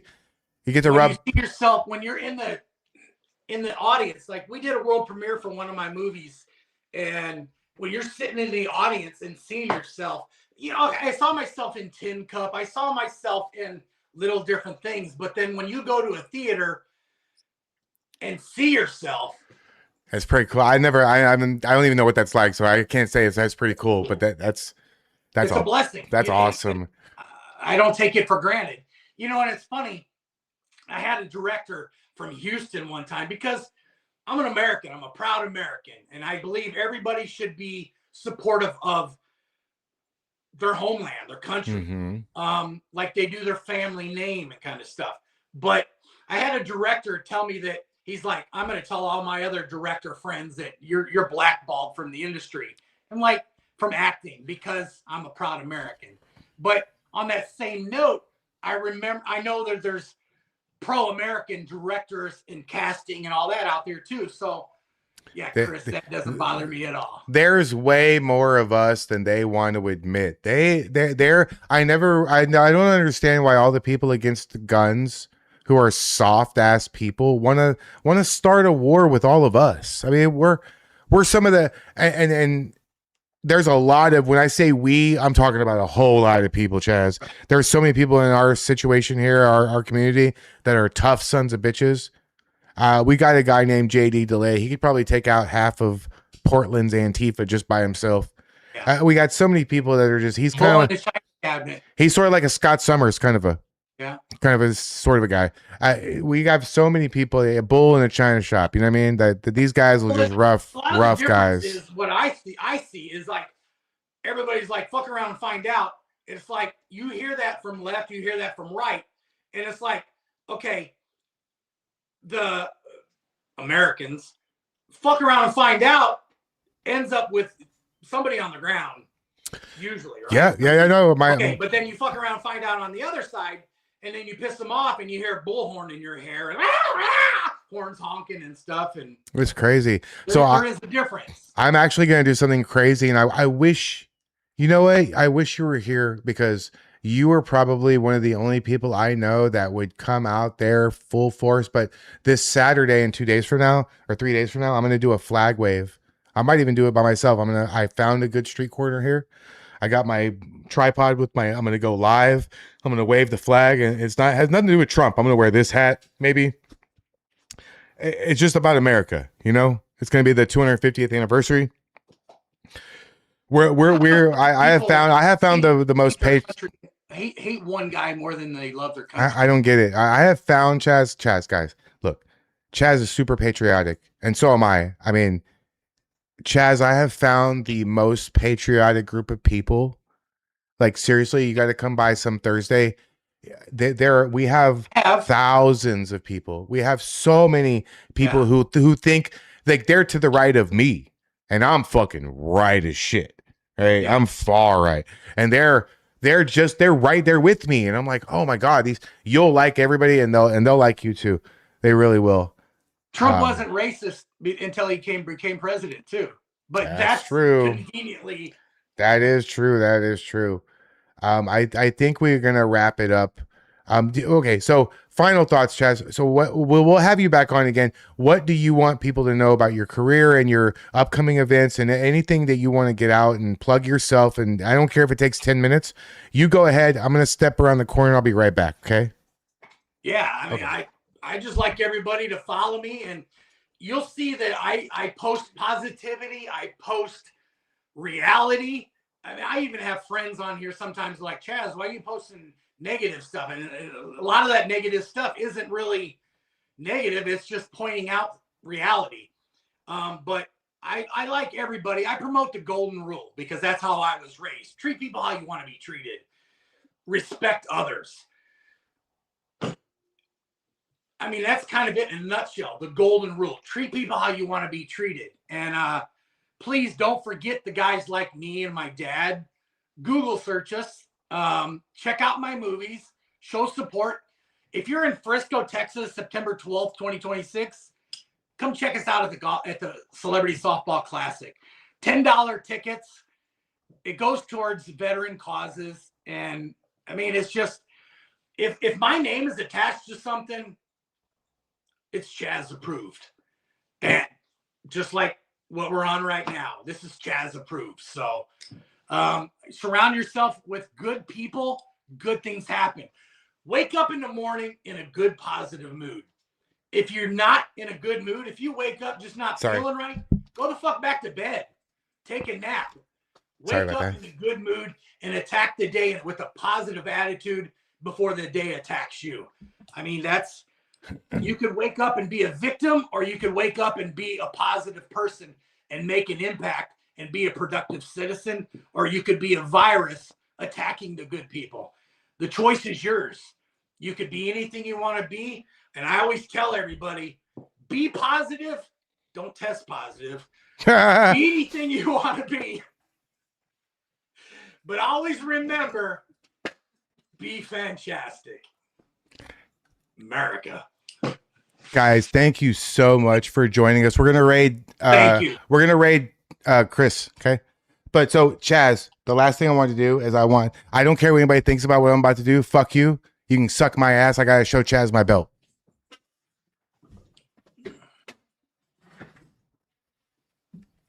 Look what I have, Chaz. You're not gonna believe this. Nice. Love it. Thank you. This is because of you. Namaskaram. Thank you, brother. You and your dad, I want you to know, I fucking miss your dad. I fucking miss your dad so damn much. He was good people. I think about him. He looked out for people. I think about him every damn day, man. I really, really do. Your dad was as impactful in my life as my own father was. I mean, your dad taught me so much about being a tough guy and not taking anybody's shit. And I just want to, thank you so much for coming on my show and doing this with me. I really appreciate it. I mean, Dad's looking down on you proudly. I'm proud of who you are right now. He would love AI and how quickly I could do a flyer for the show in 2 seconds now, man. Yeah. It would be so much better. He would love all the IRL streams and all the people with the fun, because there's so many little nuances throughout the years, little things that I remember. You remember I used to record my matches at the VFW, and I remember I asked Tug one time, hey, before my match, can you hit play? And he hit the night vision button by mistake. And so my whole thing was in night vision, blacked out. And that was like a little tiny thing. It was like, God, there's like Tugism. Like certain things that I'll see, and I'll like truck nuts. Anytime I see a truck with like the metal nuts hanging down. Yeah. Like I think of your dad's truck with those nuts scraping all over the ground. When I moved to Oklahoma, I had some on the truck, and somebody in the neighborhood here cut them off. I'm like, that sucks. Yeah. That sucks. But guys, we're gonna rate our friends Danny and Chris. Good guys. So thank you guys for coming out to this. I really appreciate it. I know a lot. Thank you for having me on. I know it's hard when you're trying to go to sleep and I'm trying to do this and nobody knows what they're really getting themselves into.